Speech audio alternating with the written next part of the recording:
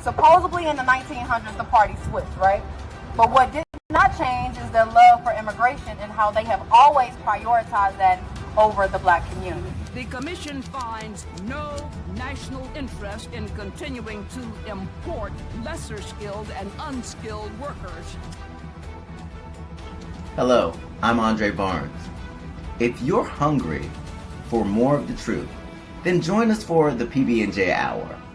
Peyton Jackson and I will discuss the news of the day, policy, and issues that affect your community.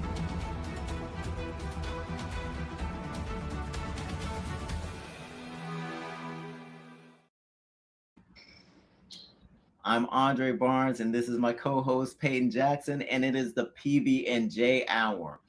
And this week we'll be discussing the meat that's left on the bones by these mayors, by these other elected officials, by talk show and radio hosts that are leaving out precious information that I think that you need. Because right now, America, we are at war. We are at an information war. And I'm starting to notice that people who really never had an interest in immigration are really starting to take an interest and make comments on it. And I'm finding myself having to insert myself in some of these conversations because they're missing information that if it was being shared on the legacy media, they would have that information. Are you seeing some of the same things, Peyton, as you're going through social media? Absolutely. I mean, you worded it perfectly. We are at war with information and misinformation. And I'm happy to see people are getting more involved, but missing key information, especially when it comes to history and how mass immigration affects not just Black and Brown communities, but Americans as a whole. We're doing a disservice, especially if we show up to hearings to give public comment speeches and we have no idea what we're talking about. So it's important to take in all of the history instead of relying on one outlet like CNN or anything liberal, which if that's your outlet of choice, go ahead. But that's not true research. True research is going over multiple credible resources and then coming to your own conclusion based off facts, not feelings. Exactly. And I'm seeing people get really emotional around information, around immigration. And this is exactly what they need to do. They need to definitely review different sources. So we'll start going over some of the clips from this week. And this is actually from the Dominique DePrimo radio show. She is a radio show host in LA. She is the daughter of Amiri Baraka. She is the sister of Ras Baraka, the mayor of New Jersey, and is also the wife of the deputy mayor of LA right now. So she has a show called Unapologetically Progressive. So we didn't agree on everything, but we did come to some understanding on some of the issues. But I do think that there was some meat missing from our discussion. There were some things and information that was missed. And there was just a wild claim that she made that I really didn't get a chance to address on the show, but you'll hear in the clip that I was just like, that was just way off. But yeah, so we'll discuss the clip and we'll discuss it right now. It's crazy. Have been paying into the tax base, which we keep changing. That one went up first. Okay. Pay your taxes, come in through this system or that system. Affects so many aspects of our economy, the housing economy, our wages, a lot of different aspects of our economy are affected by immigration. Including our tax base. How are we going to replace the billions of dollars that migrants have been paying into the tax base, which we keep changing the rules? Pay your taxes, come in through this system or that system, TPS or refugee status. Oh, now you're illegal. Sorry, we're taking your tax money and we're going to have this big hole in our revenue. We've got to get to 60 votes in the Senate, Dominique. And what we're going to find is once we do that, then we'll be able to put policy in place that's fair across the board. I think I want you guys to know that initially we're talking about immigration. We're talking about a policy. But what you'll notice is that there's this quick draw to really glorify immigrants, and any discussion that pushes back against immigration policy, they're so quick to insert another fact and try to get this gotcha moment where they're just saying, hey, this is another reason why we should consider letting everybody in from the world come into the United States. And here's my point, because she's talking about taxes here, and taxes that are being lost because we're deporting people that are here illegally. But I believe that if we start putting Americans back to work, we have the workforce to replace them or even exceed the amount of tax money that we were getting before. And let's not forget that the president is knocking out of the ballpark right now with tariffs. So I'm not concerned about us recovering tax money, but this is often an argument that they're putting in. What are your thoughts, Peyton? How much tax money do we spend on things like ICE and fighting illegal immigration? I am so tired of this talking point. Paying taxes doesn't make you a US citizen, okay? And like you tried to explain to her, but again, it's the whole gotcha moment. It's more than taxes that we should be worried about. It's housing, it's education. These are our neighborhoods. And you skipped over the fact, or she didn't give you a chance to say, Democrats are literally using illegal immigrants to pack our neighborhoods to increase the amount of representatives we get. That's why they're fighting so hard in Texas, because they know redrawing these maps isn't the last step. They know that removing illegal immigrants from our census would disrupt the Democrat Party. That's why they're fighting so hard. So it's not just taxes that we should be worried about, it's housing, education that's already failing, and just resources in general. I am not concerned with missing any tax revenue from people who are here illegally. If you ask me, they should be taxed more. And that would incentivize a self deport. You either come here legally or you don't come at all. Now, I don't support the rules being changed on anyone. I don't think that's right. But I think that we as a nation have to come to a consensus on putting a reasonable cap on legal immigration, protecting Americans and putting Americans first, and completely discouraging illegal immigration. And again, putting Americans first. You paying your taxes doesn't make you a citizen, and you shouldn't have American rights if you aren't a US citizen. And you for sure shouldn't be included in the census. And I truly believe that once we remove illegal immigrants from the census, Democrats will have to stop fighting so hard because they would have no reason to. Absolutely. And since you brought up the district redrawing, before we move on, can you give us an update about that? Because you're right in the middle of it. I'm sorry. I am. District 33, my district, is one of the targeted districts that we are currently redrawing.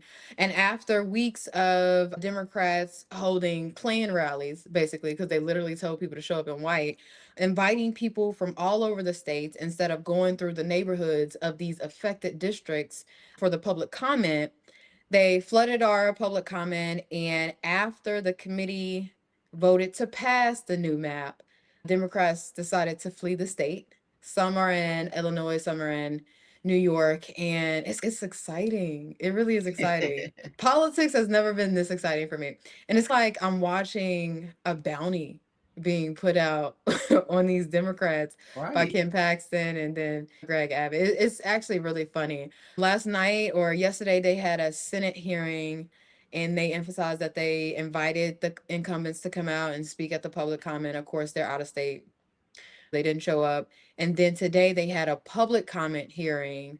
And this is like the second public comment hearing for the map after the new maps came out, but the first one for the Senate. So I haven't been online in the last couple of hours for any new updates, but as of right now, from what I know, warrants are going out to Yeah. get these people back in office or they will be stripped of their title. I've never seen it done, but I am all for it. I love Yes, what's going on right now. because now the FBI is getting involved, and they were snickering when they were saying that they don't have jurisdiction to come get us. That's why we fled Hmm. in the first place. We're so smart. But then now that the FBI is involved, now they're just like, the FBI is not going to do anything over this little indictment. There's no way. Nothing's happened yet, but we'll see.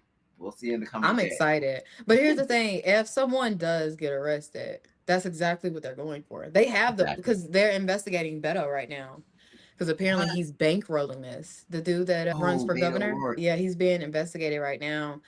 But yeah, they're saying that they don't have jurisdiction, but I'm excited. But if they do get arrested, that's exactly what they want. There's a some I think his name is Christian. It could be no, Isaiah Martin, I think is his name.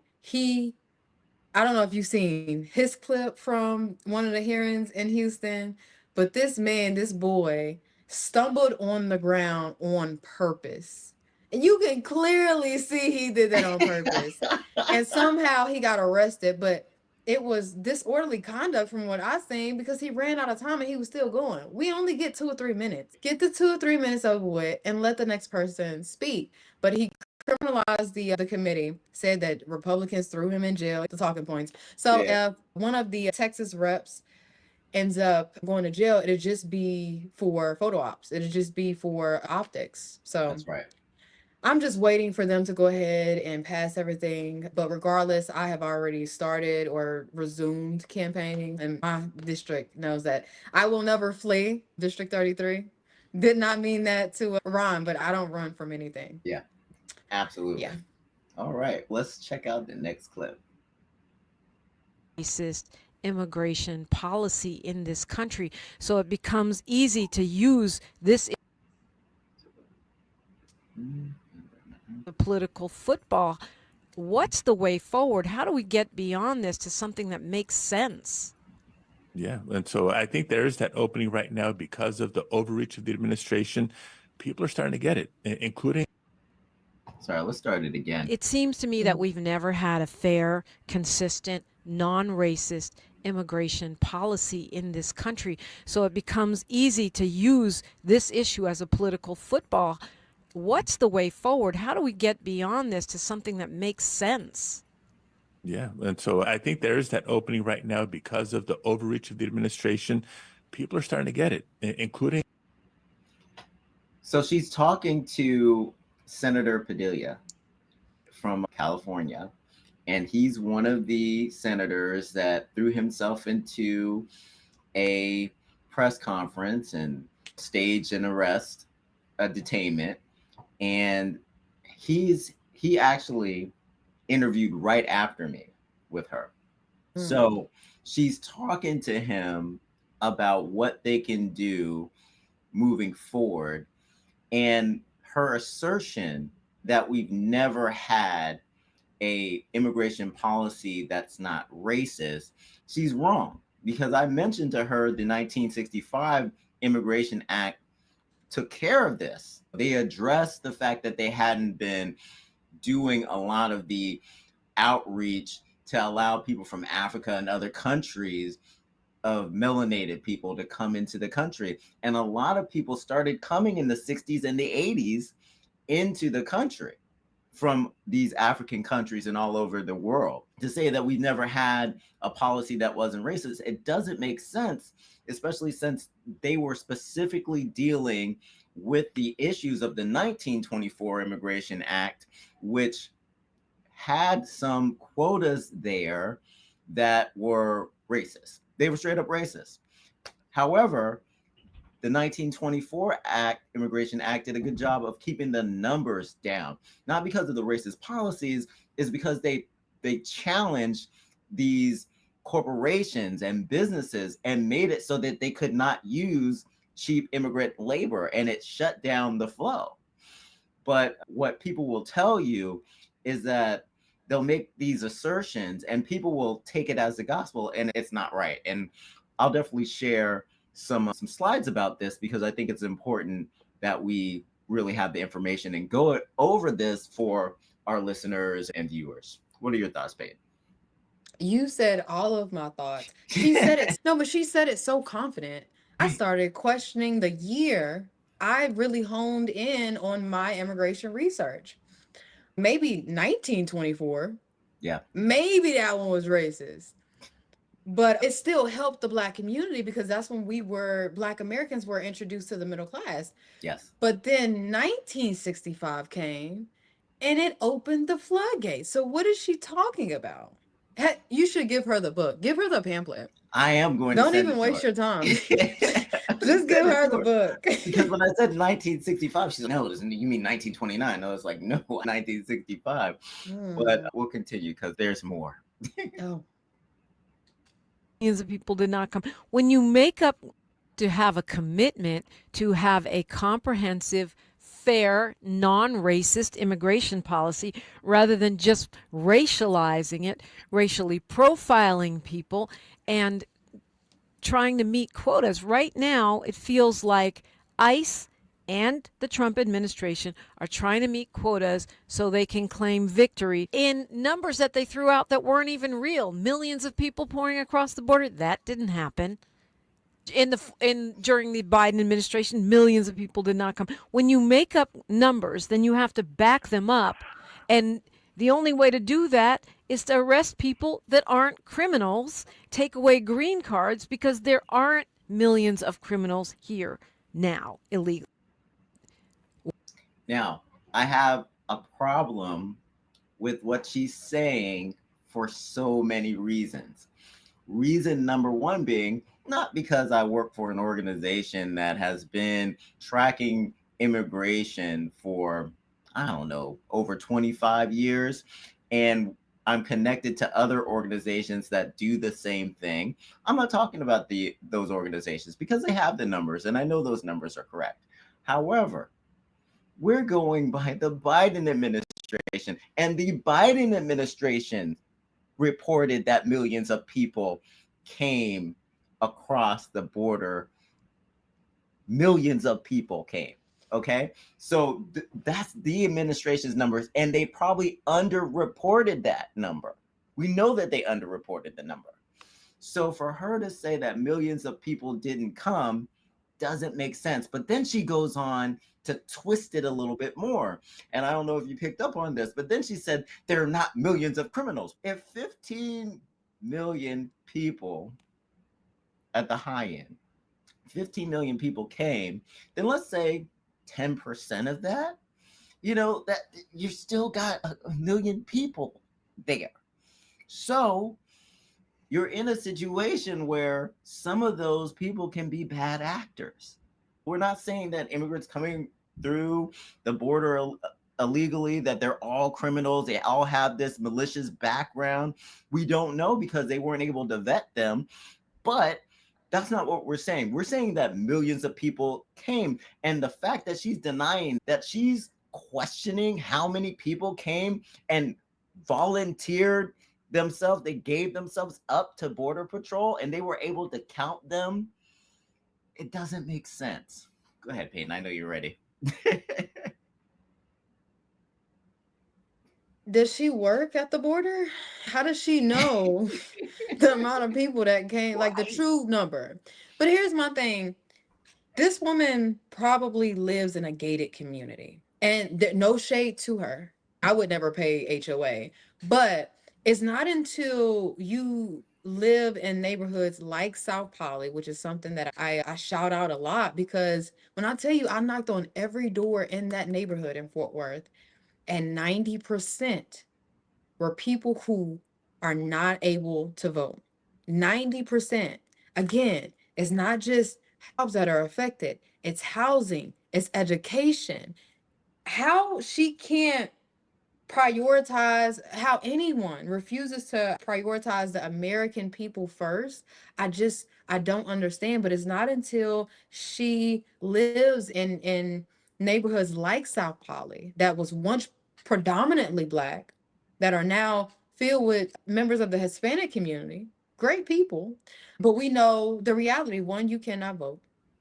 So the likelihood of a politician actually coming and serving this area is very slim because they want the numbers, but they don't want the work. But also, when you have your neighbor saying, if something happens in America, I've been sending all of my money home anyway. Yep. I could just go back to my house in whatever country they come from. And she is so fixated on race. The only people who are making this a race issue are liberals. Yep. They're liberals. Yes. Because when Trump said that mass immigration, mass illegal immigration affects the Black and brown community, and he brought up Black jobs, the Black community, we made memes about it. We didn't pick up a book. We didn't Google anything. We didn't do any amount of research. We are literally cheering for our own demise. I don't know her race, but I can tell you right now, with everything going on, if you ever hear a Democrat say the Black and brown community, they're not actually talking about the Black and brown community. They're talking about illegal immigrants, and they're grouping everybody together so you feel included. That's the definition of liberal inclusivity. That is not really about Black and brown natives to this nation. They're doing this for illegal immigrants. And I promise you, they really don't care about the brown vote. They know that the majority of Black people are going to continue to vote Democrat, even though the 200 years is coming up. But especially in the state of Texas, they are realizing that just because someone is brown doesn't mean that they're about to go along with their foolishness. Yes, we have Hispanic liberals, but when I tell you the Hispanic community is the majority in the state of Texas, and the Hispanic community is the reason why Texas is still red, I truly do mean that. The majority of the Hispanics that I know, they're conservative, mainly because one, their family values, and then two, they know the dangers of an open border. Wow. They may not agree with everything that Trump is doing, but they for sure don't agree with an open border. So it's not us, it's not conservatives making this a race issue. It's liberals. Yes, the identity politics is crazy. And I don't like this racialization. And this is a perfect time for us to share some of the slides that really deal with a lot of the issues that she's talking about. So let's start with this one.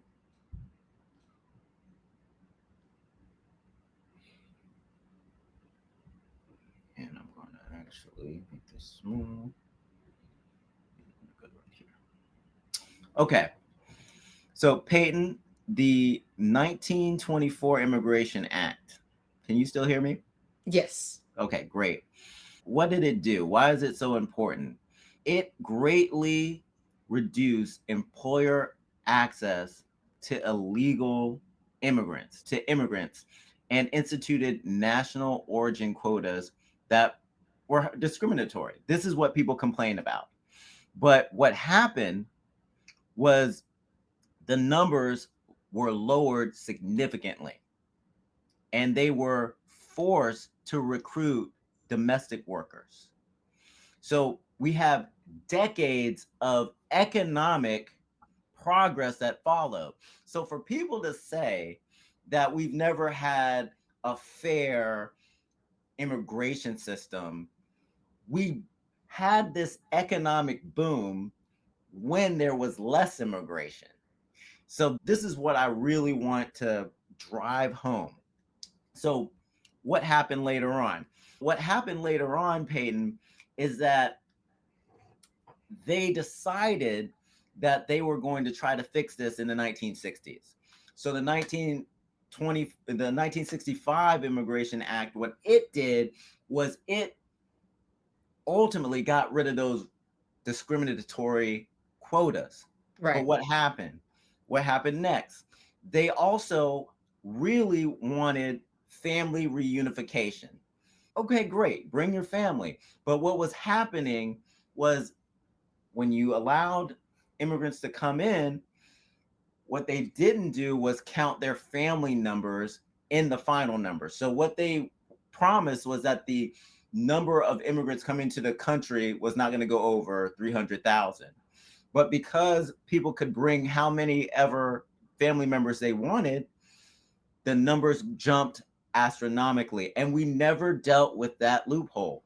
So as a result, we've seen unfettered growth in immigration. So this is where we are right now with this, Peyton.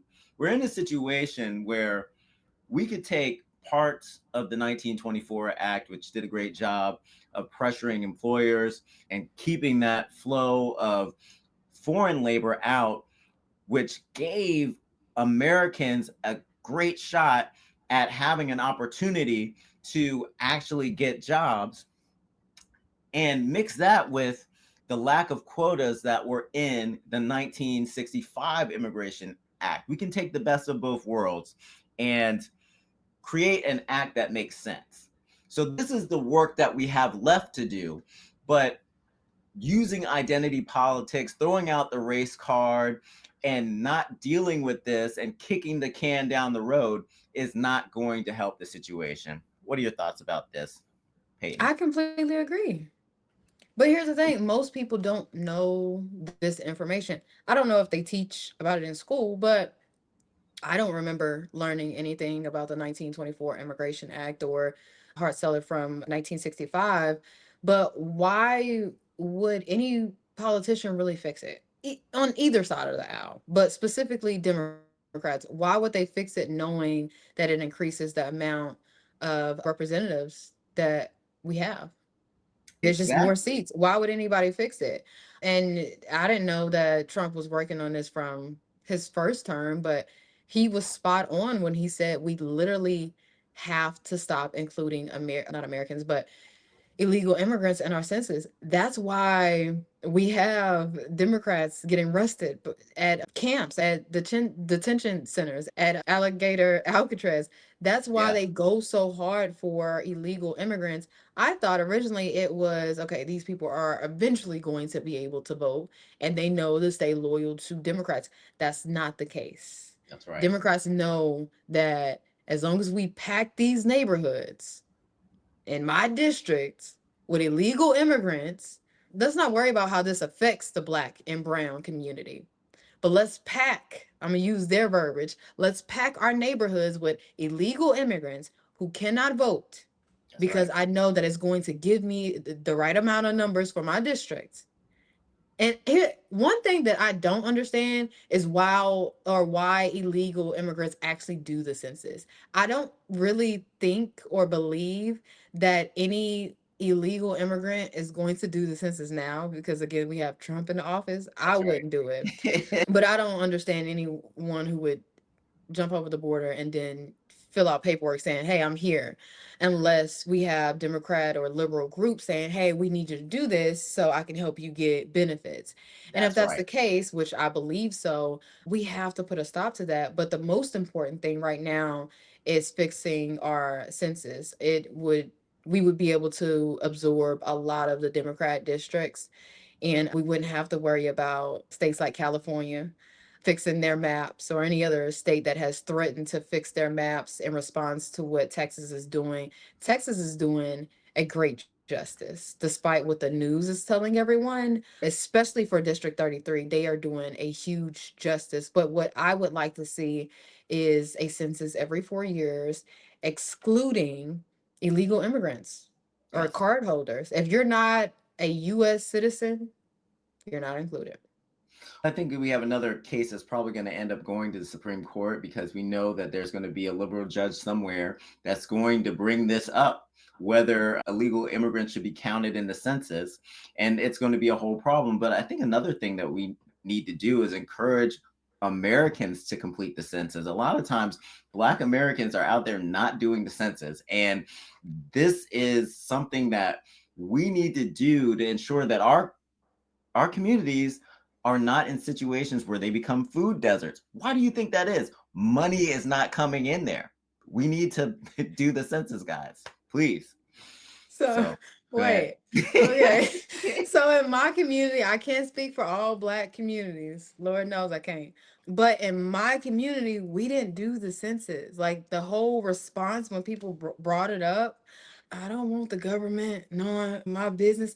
Yeah. Ma'am, You're on Section 8 and food stamps. The government already knows who's supposed to be in here. Completing your census is not going to hurt you whatsoever. But yes, I second that. The Black community, from my experience, we do not value the census. Exactly. And the last one was in 2020. I thought about that earlier today. I was like, I don't think I did mine. Excuse me though. I was depressed. That was COVID year, okay? Yep.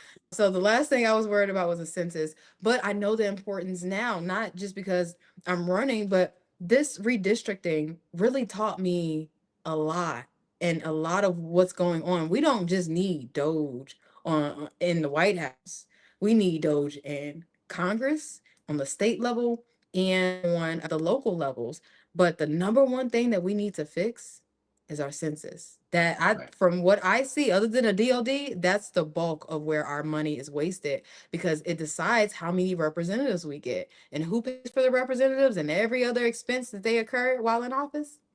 Taxpayer. Us. Yep. So whether or not you're legal or illegal, paying taxes is mandatory, but to piggyback off of the last video, paying taxes does not make you a citizen. And unless you are a citizen, you should not be accounted for in our census. Exactly. All right. I'm going to add another thing to the stage. All right. So this is directly from a presentation that I did at Princeton. I pulled a few things together.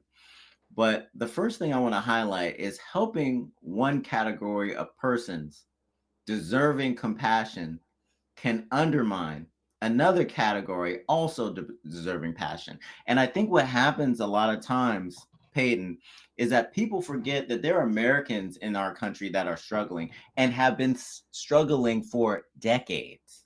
We haven't fixed their needs. We haven't fixed their crumbling neighborhoods. We haven't improved their economies.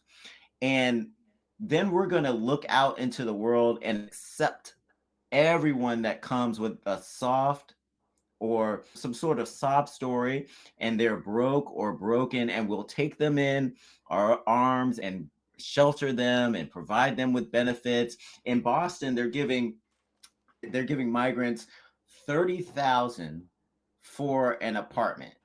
Now, if you know anything about Boston housing, they have a housing shortage. There are too many people there. They don't have enough houses. However, they have enough housing to figure out where they're going to put illegal immigrants, while we have Americans living on the street.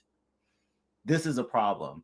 And when I first started with Numbers USA, I was introduced to a gentleman named Brian Mullins, and he was in Chicago, and they were pushing back against migrants getting control of a school. They were going to put the migrants that they bust in from Texas into this particular school that they promised that they could turn into a community center or water treatment plant, but it was supposed to be for the community. And what did they do? They pushed back, and they were able to prevent this from happening. But one of the things that Brian said, because they're so used to immigration, like the city was actually founded by an immigrant from Jamaica. Okay. So they're very used to having a diverse population of people from all over the world. But this is what he said. He said, we are not inhumane to people's plight, but we are looking at the reality of the world we live in, and we think it's irresponsible to take a people whose community is already in disarray and place additional people without resources. So this is what was happening with the busing. They were coming in with no resources. They didn't put them in the suburbs. They didn't put them in places where white people live. They put them in the Black communities. They put them in the Black communities. And for every action, there's an equal and opposite reaction. And what did it do? It put pressure on that community. And people in Chicago experience rapid growth in their communities. And what does that do? In a period of 4 years, it can drive up rent prices, because a 5% increase in population can raise rent prices 12%. And they were just busing people in. to these neighborhoods, and only few of them will be deported. Okay, Chicago's doing everything they can not to deport people. So when they start having children, if we don't get the right ruling in this birthright citizenship case, then a lot of them will become citizens. And that's going to change the population and the influence of that community forever. So there are consequences to the policies that we put in place. There are consequences to putting people in neighborhoods and not having an end game in sight. What are your thoughts about that, Peyton? I absolutely agree. But the only problem I want to point out is the same underserved neighborhoods that you spoke of ran by Democrats. They're ran by Democrats for a reason, because these same underserved communities, districts, counties, cities, states, they literally cheer for their own demise. Why are you continuously voting for Democrats? Every fact that you just issued, especially when it comes to birthright citizenship and the 14th Amendment, you know who exposed that? Who was that? The white man. The white man that these communities hate, that they blame every problem on. It's white men pointing out the hypocrisy and the destruction of the communities that you live in, and the reason why the destruction has happened and continuously happens. But for whatever reason, specifically the Black community, we don't think that we can be racist, which that is false. According to me, that's false. But Yeah. also, we issue so much hate to other people outside of our race, and sometimes to our own race, that we completely negate facts. Just because someone is Black, and that's really what they're championing now in Yes. Texas. Just because you are Black, just because you are brown, just because you are a woman, doesn't mean that you can represent me. Kamala Harris couldn't do it for me. I'm telling Right. you. Donald Trump represents me better than Kamala Harris ever could. And that's the power of not bowing down to identity politics. That's I right. don't need you to look like me, but that I'm not the majority. I am always the minority in the room, even if it's a sea of Black and brown people. I am always the minority in the room just because of my mindset, but it doesn't necessarily mean that I'm better than you. I've just done a lot more research. And I'm not Absolutely. saying that in a very or any kind of condescending way, because when I speak, 9 times out of 10, I'm going to reference at least one book, but the majority won't even go and buy the $10 book. We can talk about the politician, but my issue is really the community, because the information is there. It's just we aren't willing to take it in, especially during election season. I can tell you right now that the midterms, they're going to be as emotional as a presidential year, simply Yes. because of not only these maps, but everything that Trump has done. People are going to either love it because they have common sense, or Yep. they're going to hate it because they have Trump derangement syndrome. And it's so destructive to this nation. We will literally, or they will literally issue hate and wish this man the absolute worst while he is the president of the country they stay in. Yep. I don't get it. I don't get it. So I bring it back to the community. At what point in time do we actually vote based off of logic, policies, morals, Yes. faith, instead of emotions?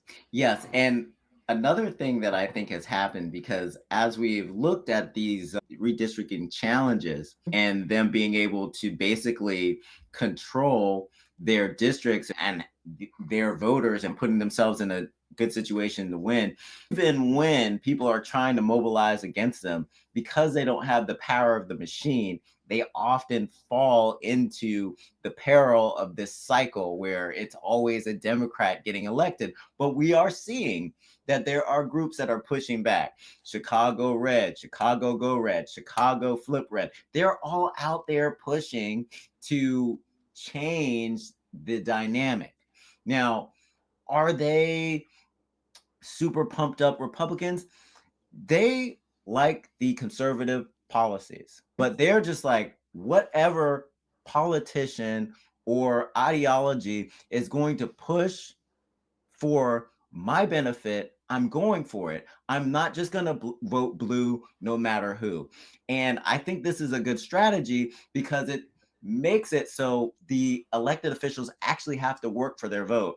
And I think that hasn't happened, but the fact that machine is there, it has made it very difficult for them to get the results that they want, but they're working on it. I think that getting the not counting the illegal immigrants in the census will definitely help. And I think that looking at the redistricting and what's happening now, I think there's going to be improvements that are made. Absolutely.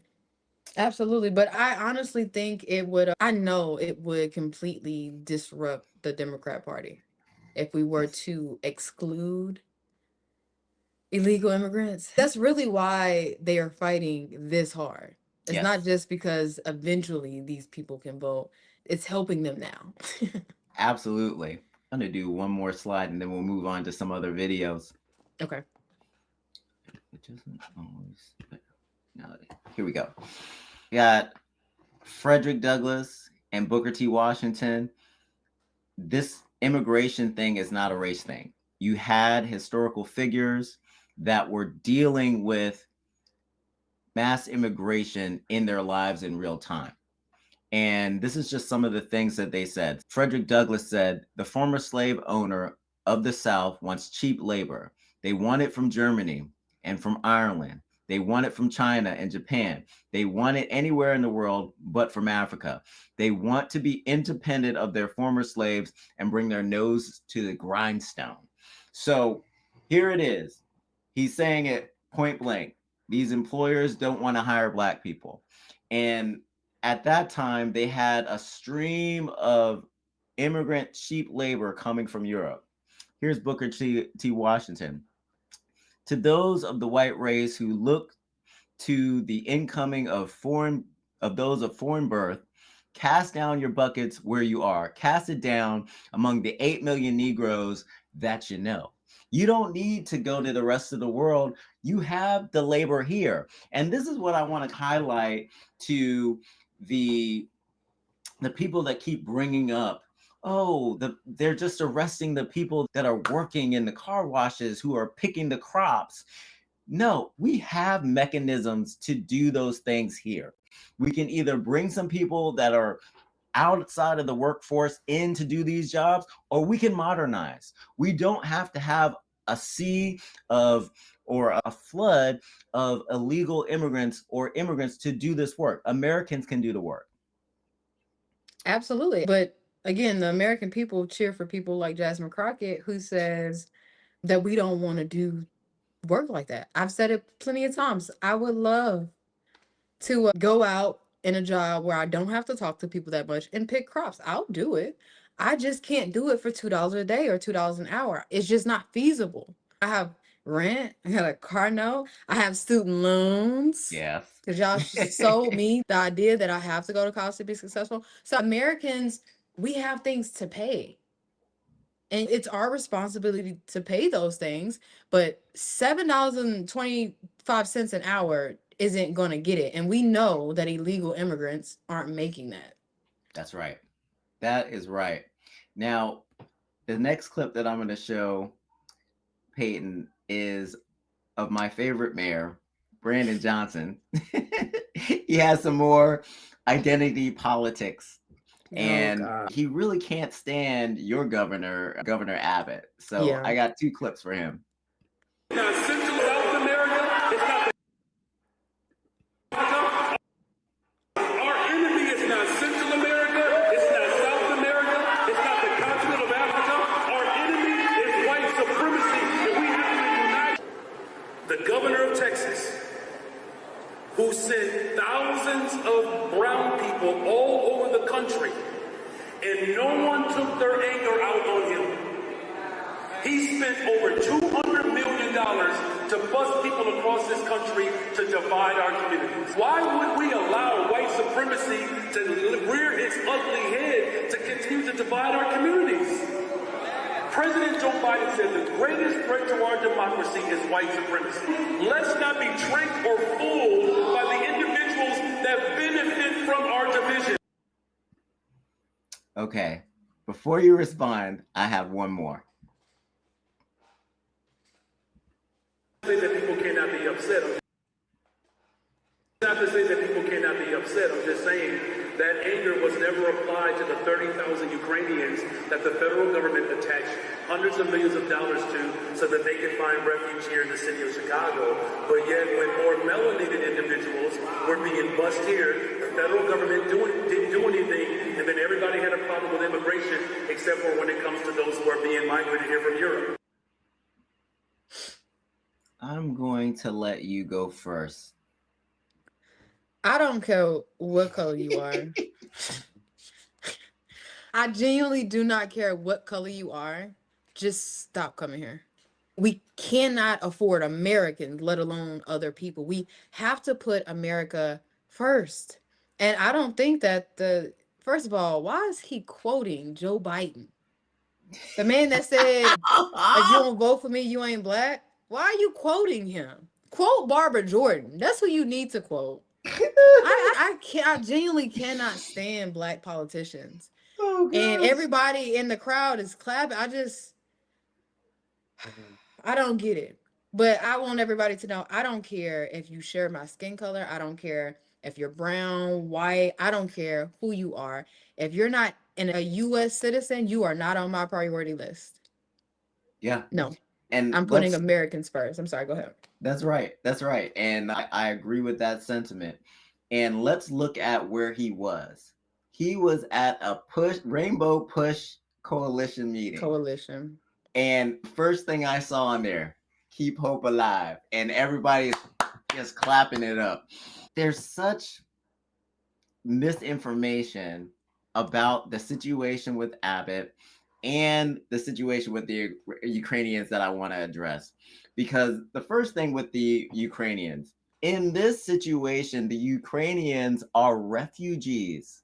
Okay, so we're not going to complain about 30,000 refugees that really don't probably have homes to go back to. So the fact that you're saying that because they're white, nobody has a problem with it is deceptive and racist. Now, a lot of these people that are here in the country right now, they can go back to their country of origin. It's not getting blown up. They have homes to go back to, but not the Ukrainians. The war's still going on. It's not safe for them to go back. That is textbook refugees. Okay, that's the definition. So even with the temporary protected status, the definition was temporarily they couldn't go back home because there was a natural disaster or there was war or some sort of persecution going on, like the war in Rwanda where they were just killing everyone that was walking. So the temporary part was never happening. And I'm so glad that President Trump reversed TPS, reversed it. And this is what Dominique DePrima was complaining about. Oh, now we changed the rule. We had to change the rules because your previous president in the previous administration decided that he was going to take an interpretation of asylum that no one's ever taken and decided that anyone that came into the country and said that they needed to claim asylum could come in and gain access to our country and then be released without being vetted into our country. So we have millions of people that have been in our country that haven't been vetted, that are here, and they've been draining a lot of the resources that we have, and it's been a problem. So a census needed to happen.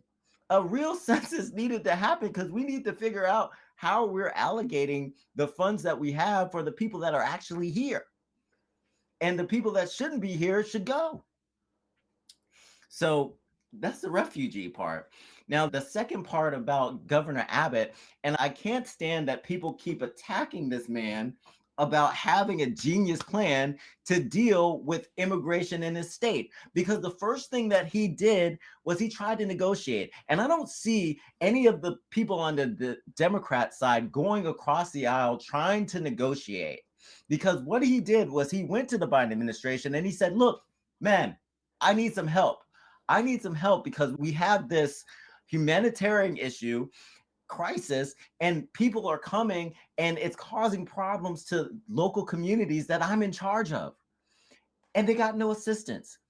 The Biden administration told him to kick rocks. So what did he do? He had an idea. He said there are all these sanctuary cities that say we love having immigrants in our country and we would love to have them in our cities. So he sent them there. He sent them there so they could feel the pain that they were been feeling in Texas for decades with all the mass immigration that's been happening there. So for Mayor Johnson to come out and say that he should be blamed for what's happening, no.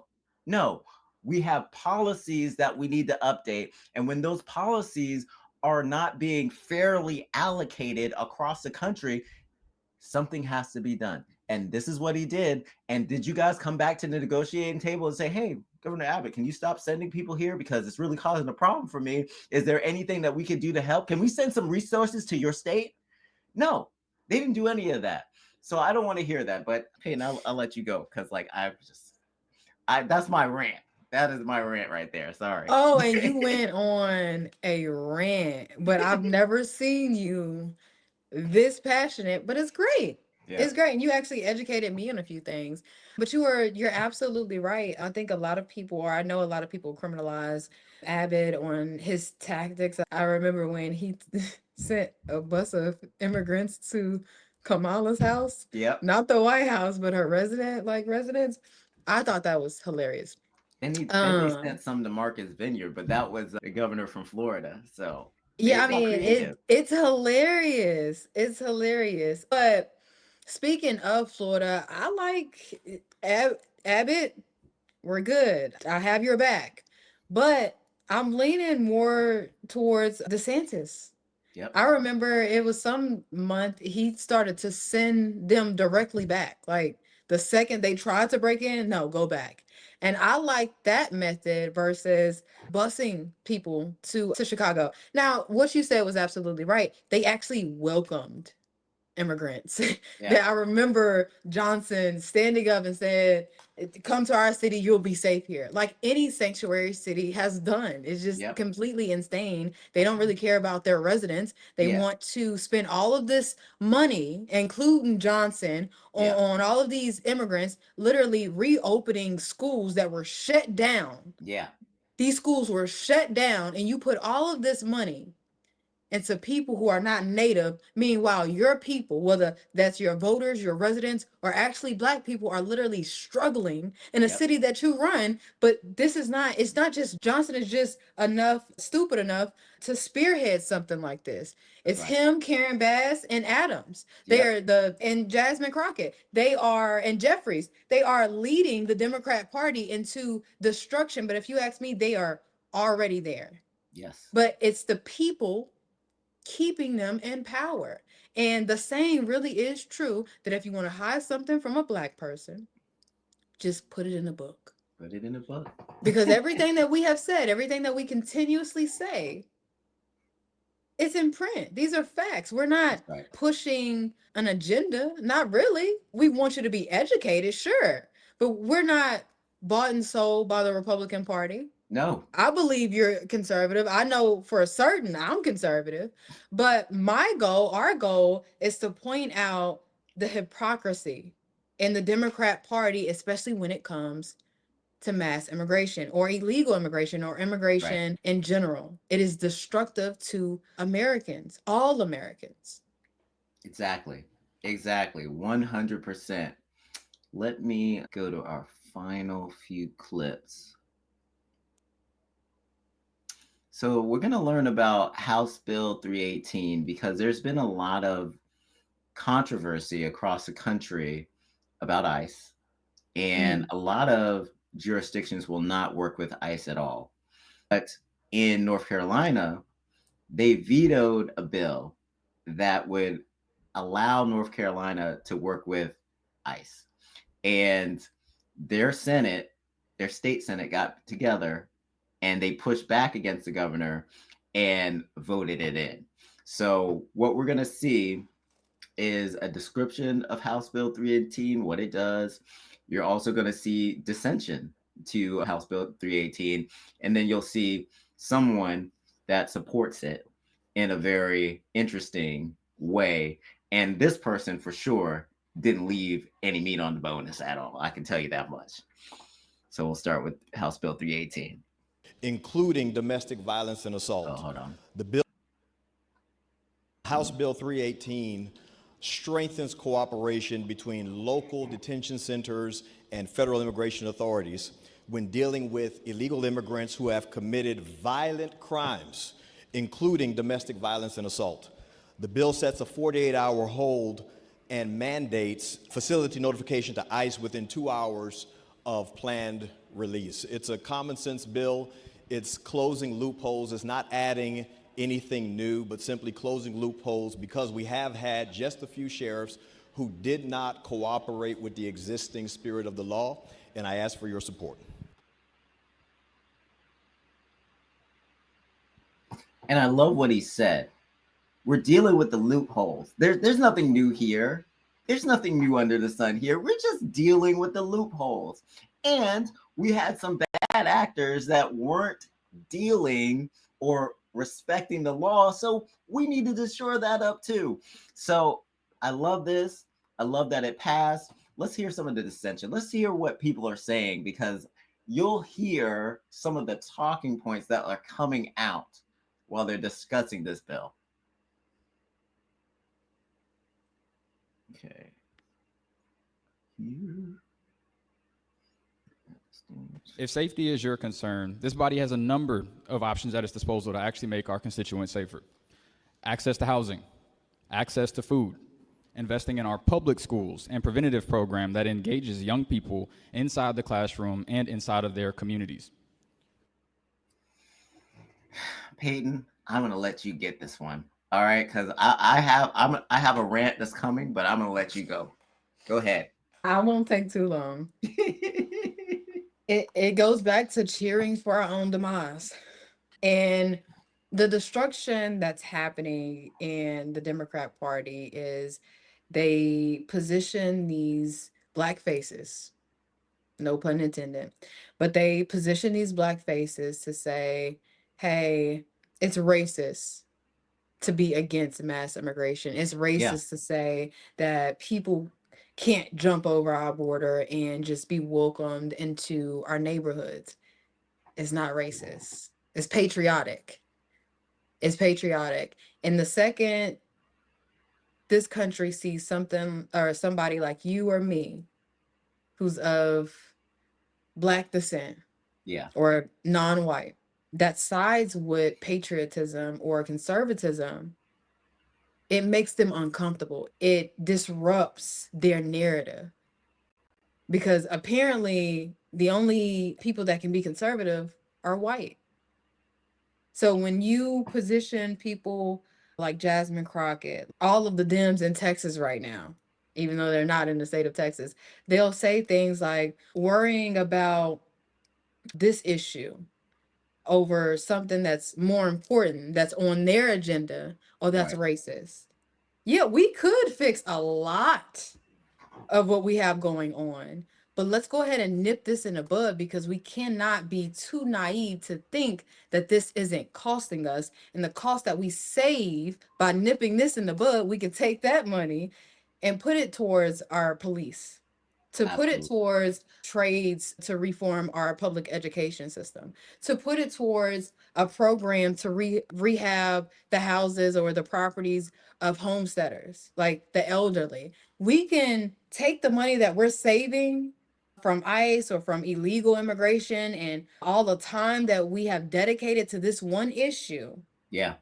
We can take all of that money and fix these issues. But when it comes down to safety, I could go on a list of people who have died at the hands of illegal immigrants. Right. Risha Thompson, Jocelyn, Ivory Smith, so many Americans, men and women, girls and boys, sometimes sexually assaulted, raped, and dismembered. I'm not about to look over that just because you want to fix the fact that we need to increase public safety or our schools. We're going to talk about our issue with immigration while talking about the other stuff. They like to deflect. And that's what I don't respect, especially when it comes to immigration, knowing how much it costs us and sometimes even lives. Absolutely. And I agree with you 100%. And the narrative is that whenever there's a disagreement about immigration policy, it is supposedly a slap in the face to people that are supporting immigrants. It's like they put this glorification on immigrants and the nostalgia of what they've contributed to America. But if we look at this video of what this guy is saying about the housing, about education, and about safety, the housing has been going to immigrants. Education has been clogged up and slowed down by the amount of immigrants that are coming in to these classrooms and putting undue pressure on our education system. And then security has been out of control because we didn't vet thousands of people that came across the border who had a criminal history. So we're in this situation where the facts that they like to put up are facts that glorify immigrants, not pushing back against immigration policy is not a slap in the face to immigrants. What we're saying is that we need a policy change. We want to reduce the numbers, and the numbers reduction has all to do with how it affects Americans. So let's continue. I absolutely agree. Okay. Wait until they figure out how it affects DEI. We're going too far. What started out to be public safety has now become simply mass deportation. This is the wrong way to go. This violates due process rights. I encourage you to support the governor's veto. I disagree. Actually, part of what she said, I do agree with, because it is mass deportation. It has become mass deportation because that's what Americans voted for. We voted for that.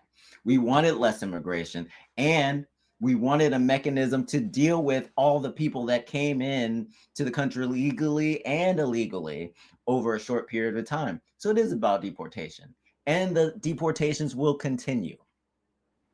Go ahead, Peyton.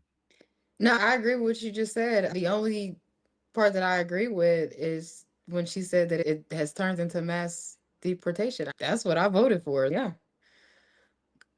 Absolutely. But you're seeing the sentiment and you're seeing the talking points. You're seeing the talking points, and those talking points just continue. But as I was saying, American descendants.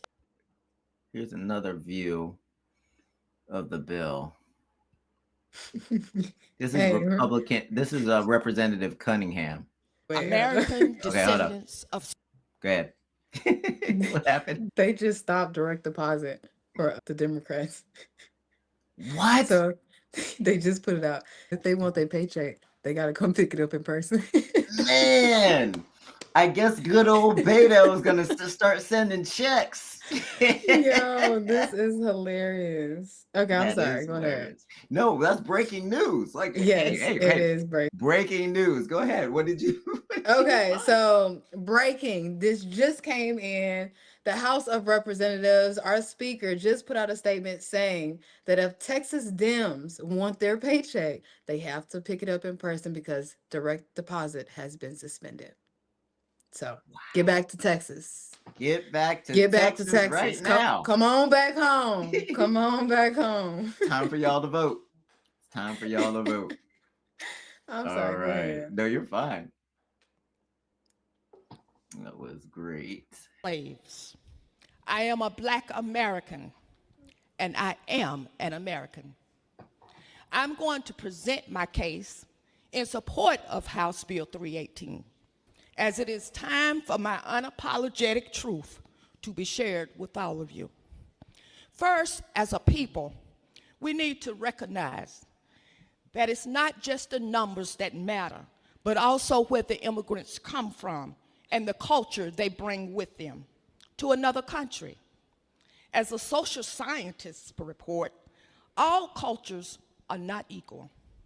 Some immigrants come and believe they can function in isolation, refusing to adapt.